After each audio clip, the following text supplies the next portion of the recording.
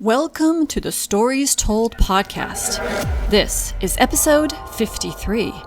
Never give up, never surrender. This is the Stories Told podcast.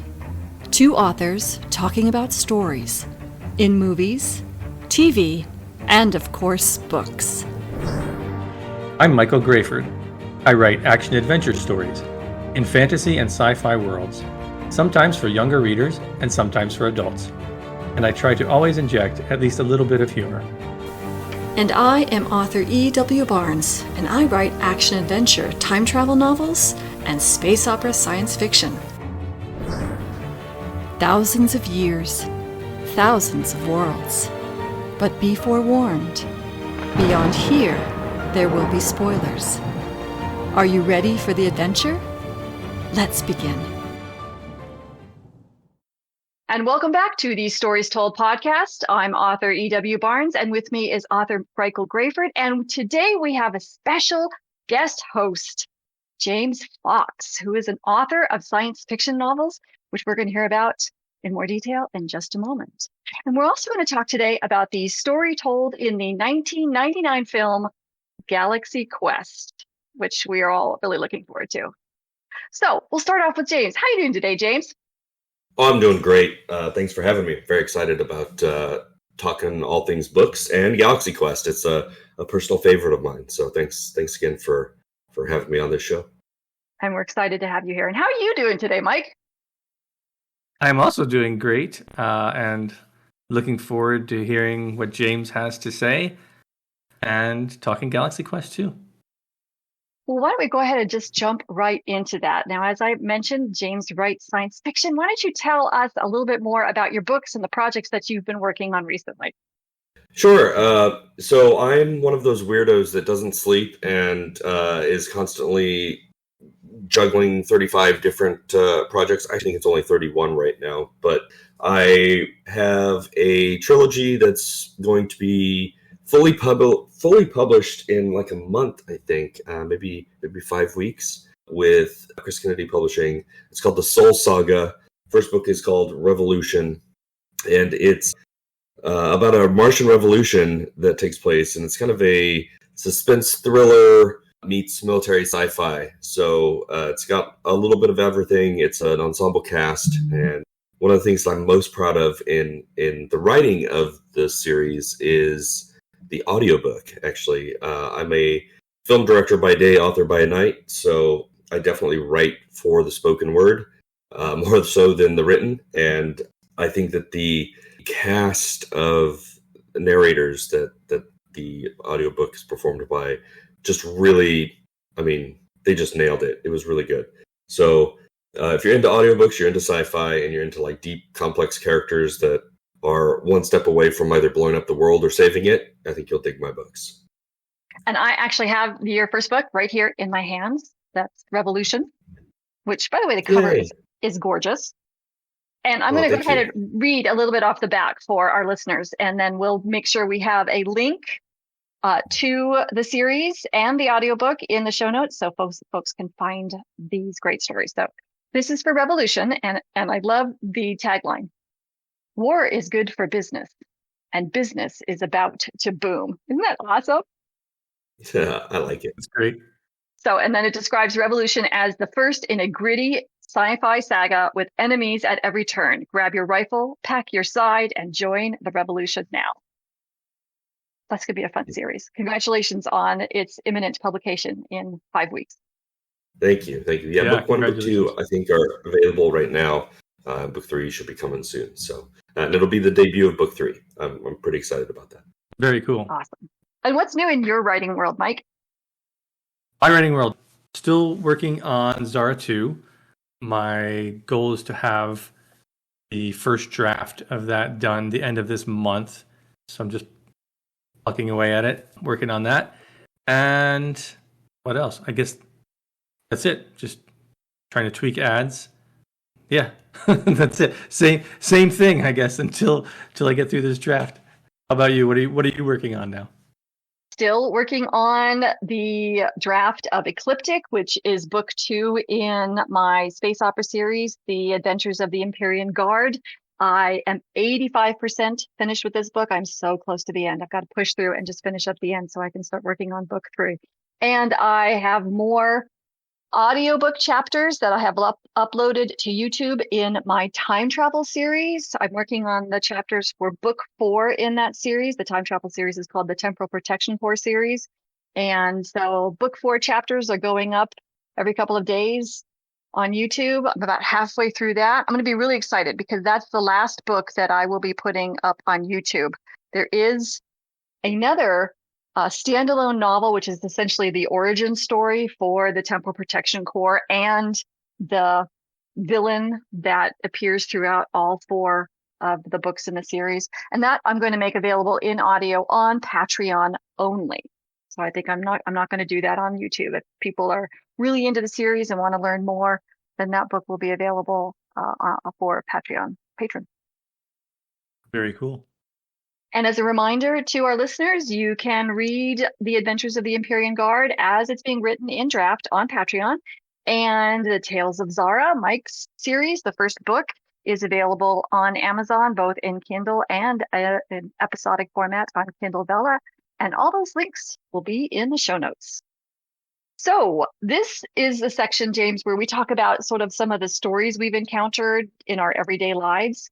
And so I'm going to start with Mike so James can kind of hear what we talk about. Mike, what interesting stories have you come across lately in books and movies and television? Yeah, so a couple of things that I've seen since we last spoke. Oddly enough, both star Chloe Grace Moretz. I don't know why that just happened to be the case. I saw this movie that she was in called Shadow in the Cloud. I don't know. I don't know that I would recommend it. It's interesting. When I saw the preview, I added it to my list to eventually someday watch it, just because it looked it could be like kind of over the top, silly, ridiculous type story, and it is somewhat that. Though I wish they would have gone farther with it, because now it's sort of like half kind of taking it seriously and half kind of playing with it, and it just didn't work for me. Yeah. Anyway, the other one was The Peripheral, which is a TV show, I think on Amazon, which has a very cool premise. It's kind of like a VR type story with a twist on it.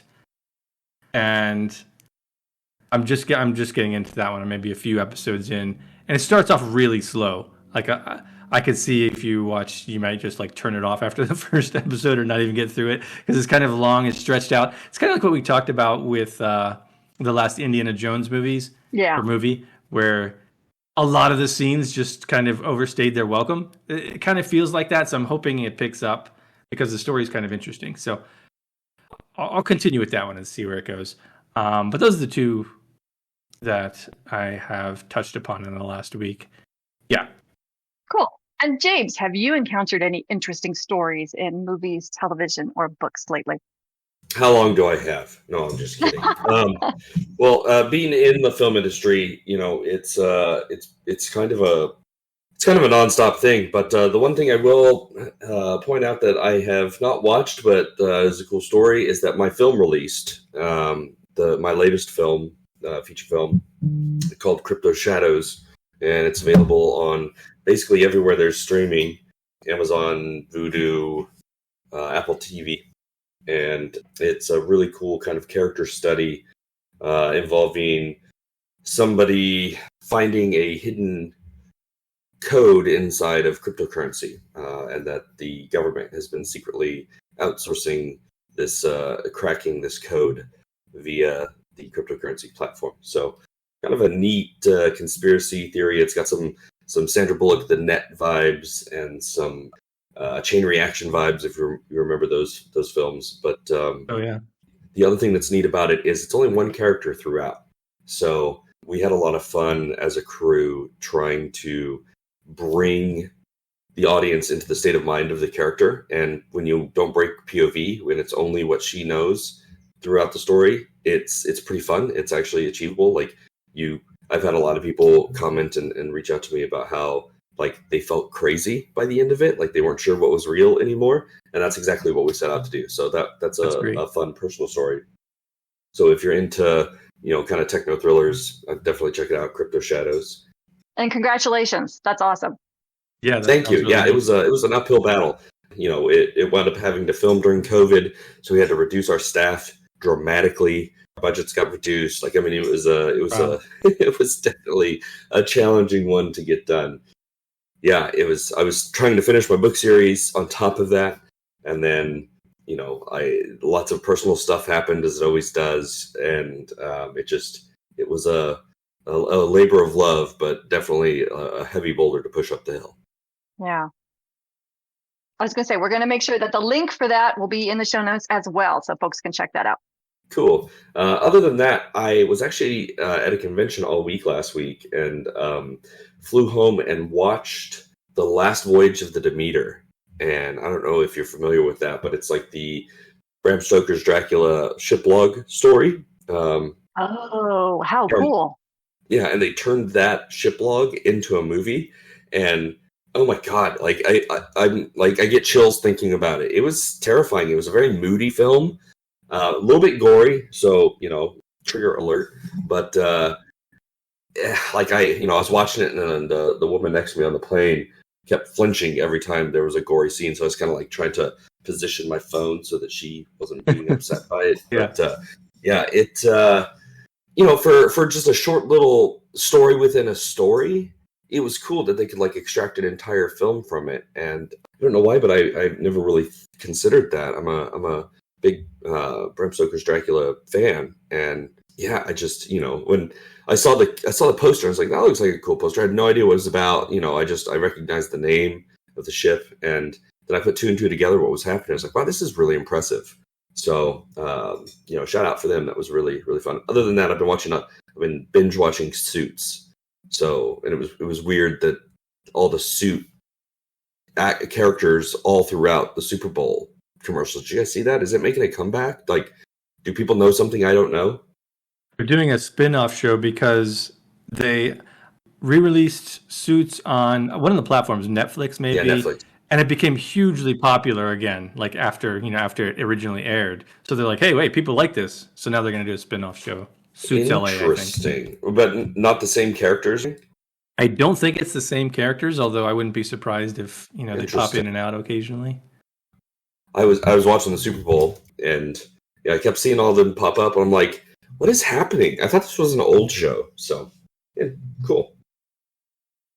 All right, but that's it. I mean, I could go on this for weeks, so I'll keep it to those highlights. We are still watching the first season of Halo, rewatching the first season of Halo to prepare to watch season 2, which just released last week, I think it was. So that's what we've been watching. And we also watched The Marvels, which is now available for streaming on Disney+. I really appreciated what they were trying to do. Unfortunately, it sort of fell short in a couple places, but there was also some really hilarious moments in the movie. So I would call it sort of like in the middle, right? The solid middle of sort of the new era Marvel movies. There was a couple of things where I was like, okay, I see what they're trying to do there. It didn't quite hit it right well. And then there were a couple of things that I actually laughed out loud and had tears running down my face because it was funny. So yeah, anyway. So are we ready to talk about Galaxy Quest? I'm always ready to talk about Galaxy Quest. Let's do it. Today we're talking about the story told in the 1999 film Galaxy Quest, and I will read the synopsis available on IMDb. The alumni cast of a space opera television series have to play their roles as the real thing when an alien race needs their help. Did you like this movie, Mike? Yeah, much like the last few movies we've done, this one was just fun. There's so much going on. It's great. It's funny throughout. All the characters are so distinct. I think that's one of the things that they really did well in this movie was making each character feel unique. They've each got their own issue that they're working with and their own role on the ship.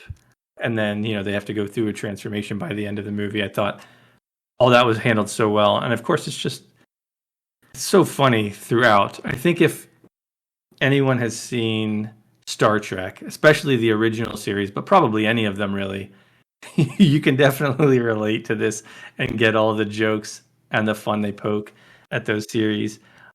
Just so many little things. I love when in the beginning, Tony Shalhoub character, I forget his name, he can't remember what the Sigourney Weaver character did on the show. Just little things like that. So good. And Alan Rickman, of course, is phenomenal throughout. Is just disgust at having to still do this character, these conventions. And I love how throughout the whole movie, he always has his prosthetics and makeup on when everyone else is just, they have their little outfits. So many good things. I love that the extra Guy Fleegman just like hops on and joins them for the ride, and he's now part of the story. Man, so many fun and funny things. And they do such a good job of tying off elements that they introduce early in the movie. It's just really well done, not just from a humor perspective, but from a writing perspective and a structure and character development perspective. We get to see what each of the characters has to overcome and how they change. The pilot learns to trust himself and be able to fly the ship, which the moment where he first flies the ship out of the starbase and the people are all gathered there and he's scraping it along the side. It's just phenomenal. And of course, Alan Rickman character learning that his character actually had an impact that he was been playing for so long and was kind of disgusted with. And at the end, he's proud to say his "I grabbed Thor's hammer" line. That's great. Guy Fleegman gets to learn that he's not a throwaway character. All these things, right? The characters all have something they go through. Although Sigourney Weaver's character, I'm not sure. I felt like her character should have been about learning that she has her own voice, but I don't know that carried through, or maybe I missed what her character transforms through. But yeah, overall, man, I love this movie. I haven't seen it in quite a while. Watching it again was such a treat. I'm curious to hear what you guys have to say about it. James, what did you like about this movie? So this is one of my favorite movies of all time, actually. So I have seen it so much that I could damn near reperform it with all of the characters in real time, and I found myself like mouthing the lines along with the show as I was watching it, even though it's been probably a decade since I've seen it.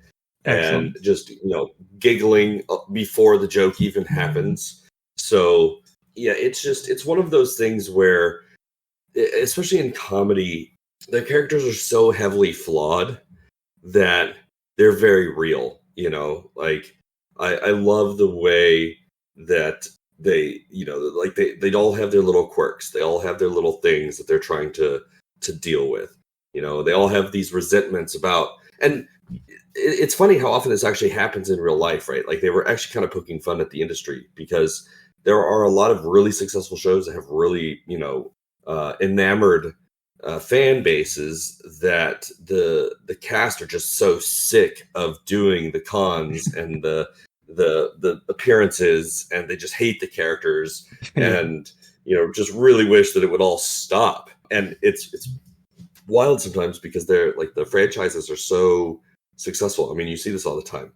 It's like a real depiction of a snapshot of the industry, like dealing with these things. Sigourney Weaver is just brilliant throughout as like the snarky, love interest that we used to play kind of a quasi drinking game about, with the show and boob jokes, and like boob references. And, it's like, it's poking fun at the idea of like the revealing fantasy armor and like the fact that like everybody else has their like, mock turtleneck zip ups zipped all the way up under their chin, except for the chesty Sigourney Weaver, who obviously has it unzipped halfway down, right? For no apparent reason whatsoever.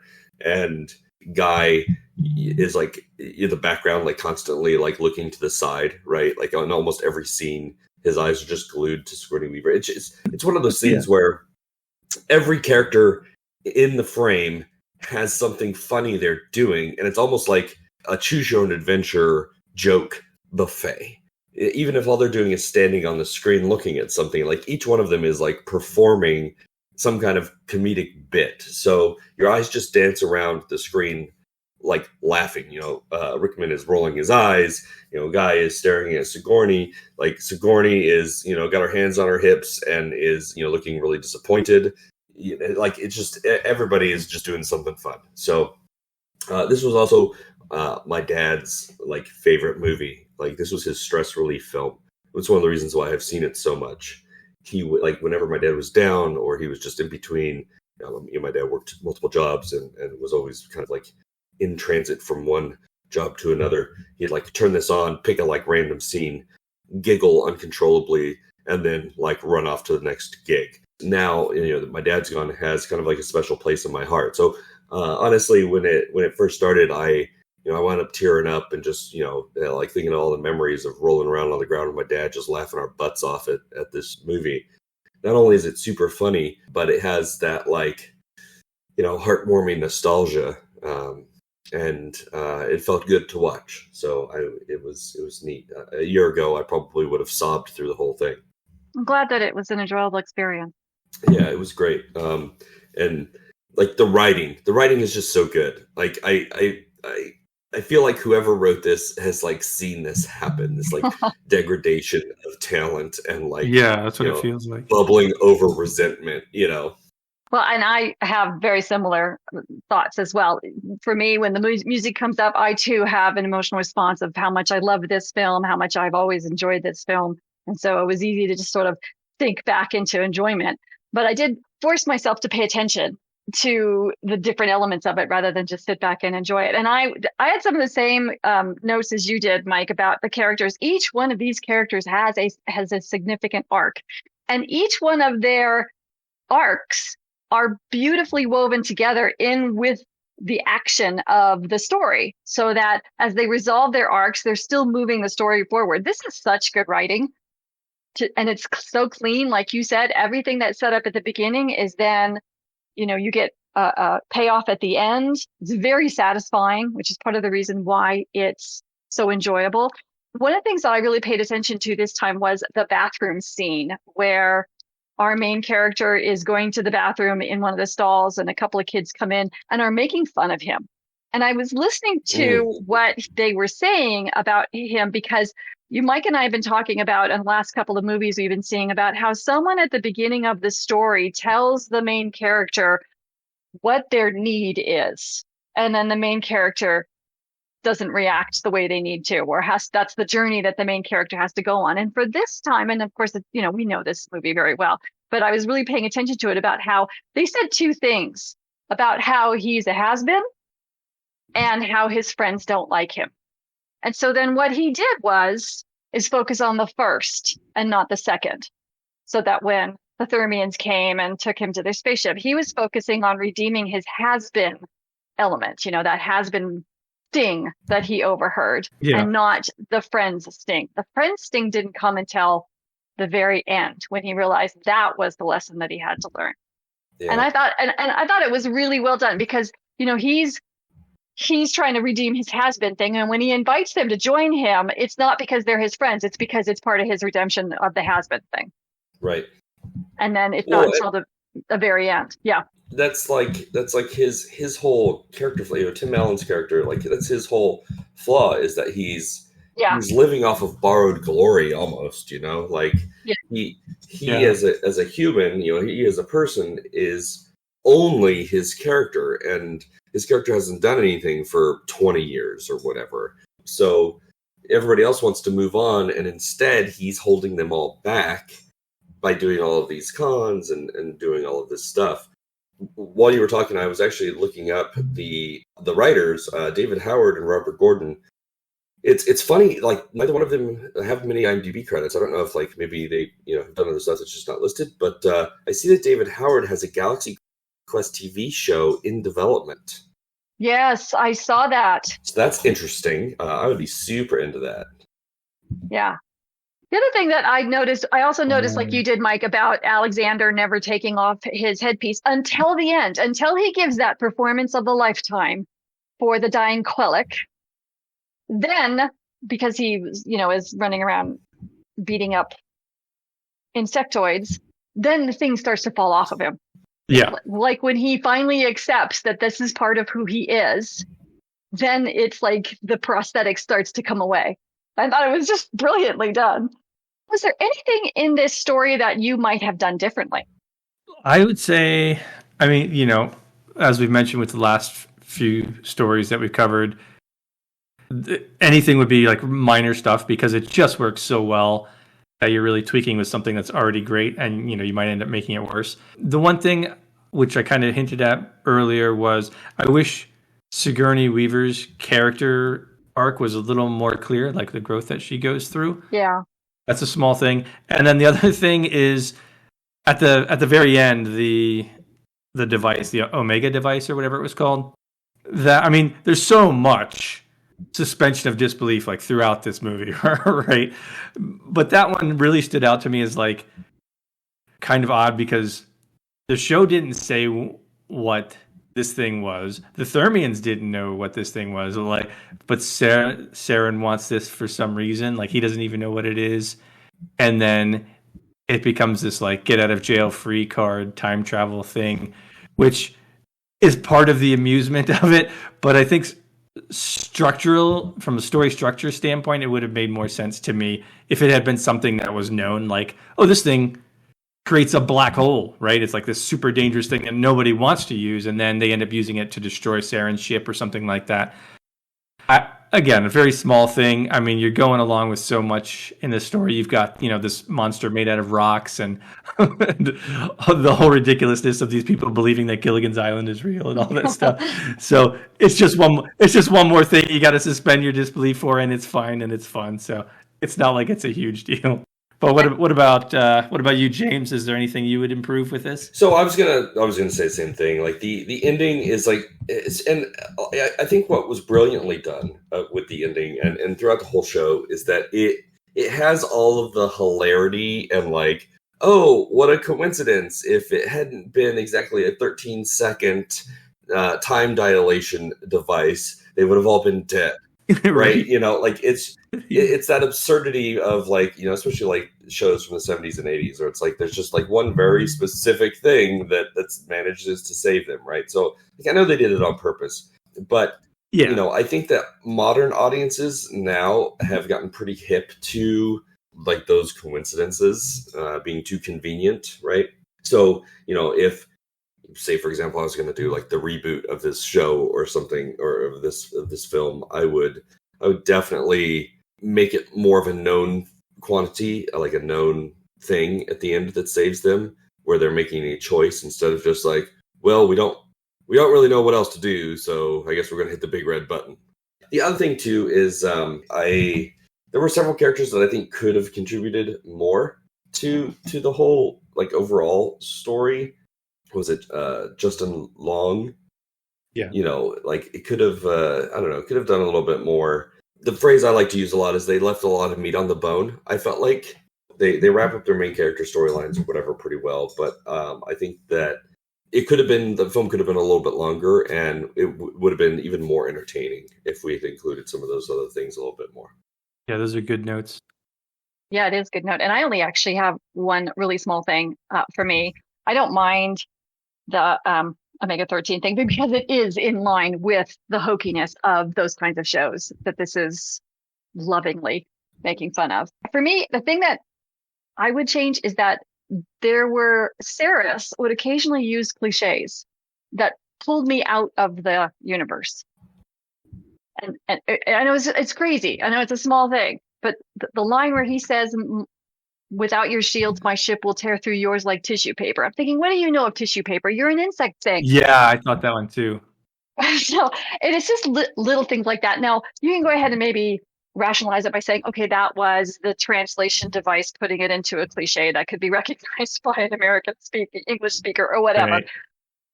But I think that could have just been avoided. You could have just taken that out. Now, is that a big deal? Absolutely not. It's going to take away from the fun of the movie, not in the least. So that was the only thing that I could think of that I would change. I agree too about the Sigourney Weaver character. I think she starts off, her character arc is one of relevancy. to the story, concrete relevancy, as opposed to, as you guys pointed out, just a sex object. The female potential love interest. What is her intrinsic relevancy that comes directly from her character in the story? And she doesn't really have that. And I agree with you, Mike. It's not really clear at the end, though. The implication is at the very end when they show that there's a new series that they're starting, that she might now have new responsibilities based on the fact that now her shirt goes across instead of down. Right. I think that I mean that was just kind of a factor of 90s shows, right? Like I do think it's interesting that like all of them had kind of cross purposes. I think that's one of the things that makes the comedy sustainable throughout, right? Is Tim Allen's character loves his character, loves the show, can't get enough of it, can't move on, and drags everybody along with him because he just, he's like taking bookings just totally like at random hungovers, like, yeah, sure, we'll do it, no problem. It's like just whatever to keep the dream alive, to keep the band alive, where everybody else wants to move on. But then by the end of the show, he learns that, his friends are actually what's most important, and that he's been holding them back, and what. So it's interesting because like everybody else hates the show, hates their characters, doesn't want anything to do with Tim Allen or Jason Nesmith, and just like wants to like bust the band apart and move on and grow. And by the end, it's like they're all re-obsessed with the show and see the value that they have been missing in it. So it's interesting, and I think that Sigourney Weaver's character, like we could do like a full dissertation on like how underused that character is, and how her arc has more to do with Jason than it has to do with her character Gwen. Yeah, that's what I thought too. Like again, like if we were going to remake that, like that could be something that would be front and center of a remake, because you just never want to see a character that is nothing but a supporting character, whose arc is the completion of somebody else's arc. Like her arc was falling back in love with Jason while he's falling back in love with the show. As a writer, Mike, what do you take away from Galaxy Quest? Yeah, the interesting thing is like the thing that I took away, like after I saw it, like right after I saw it, the first thing I thought had very little to do with what we talked about, actually. The thing that struck me at the end was people root for underdogs, right? We want to see people struggle and overcome, and that's what they did, right? They're just actors. What business do they have being in space, negotiating and fighting on behalf of this alien society? They're complete underdogs, and somehow they pulled it off at the end. And like James said, they rediscovered their love for these characters and for this universe in doing so.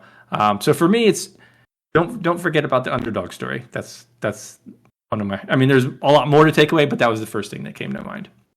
I think it's a masterclass on comedy, and how just pitting two characters against each, like diametrically opposed, like Tim Allen and Alan Rickman, like they were literally at cross purposes. They are almost protagonist and antagonist on the same team. And I think that that's just a recipe for comedy. There were so many just little moments between them, like, and there's that whole scene where they get captured, they go to like the hangar or whatever. And he's like, it's a good thing that we didn't do this like we did in episode 18 or whatever the number was.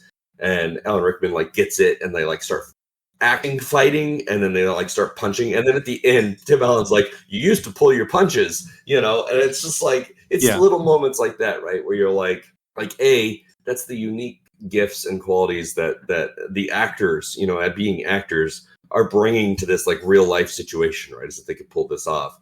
You're buying that it's like a, quote unquote fight scene. And then you get to the end and Tim Allen is like, you used to pull your punches. So it's like he was really getting, his teeth knocked in by his friend, like it's like those like cross purpose moments that just really make bread and butter comedy. And it's one of the things that I love to put in my stories is just a little bit of comedy.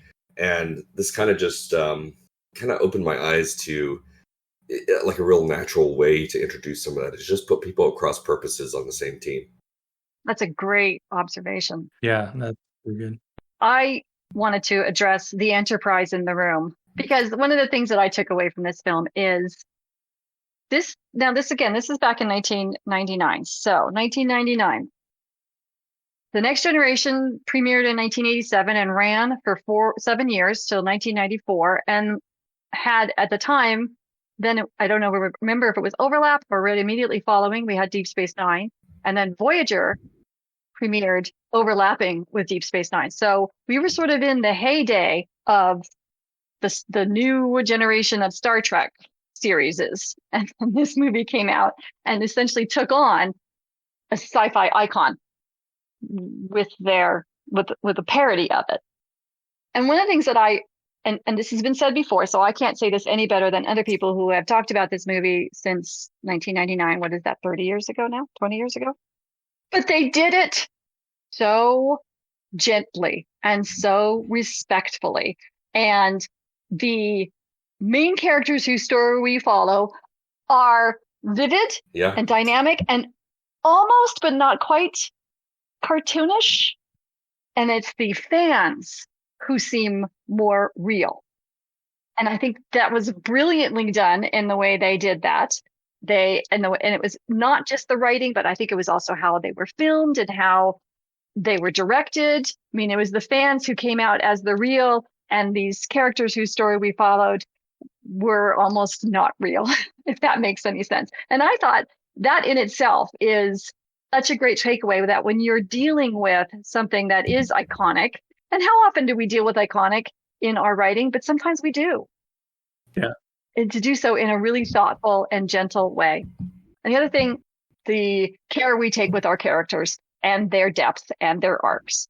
And that's something that I always like to take away from a good story that I see.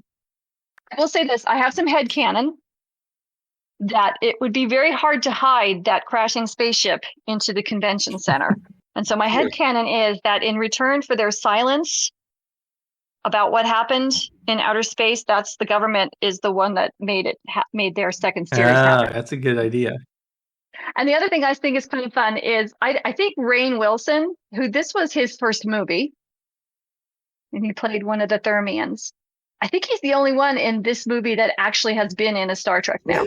Is there anybody else? You might be right. He was in Discovery. He played Harcourt Fenton Mudd. I think you might be right, actually. I was actually really surprised to see Rainn Wilson in there. Like, I picked him out right away as one of the Thermians. I was like, oh my god, check it out.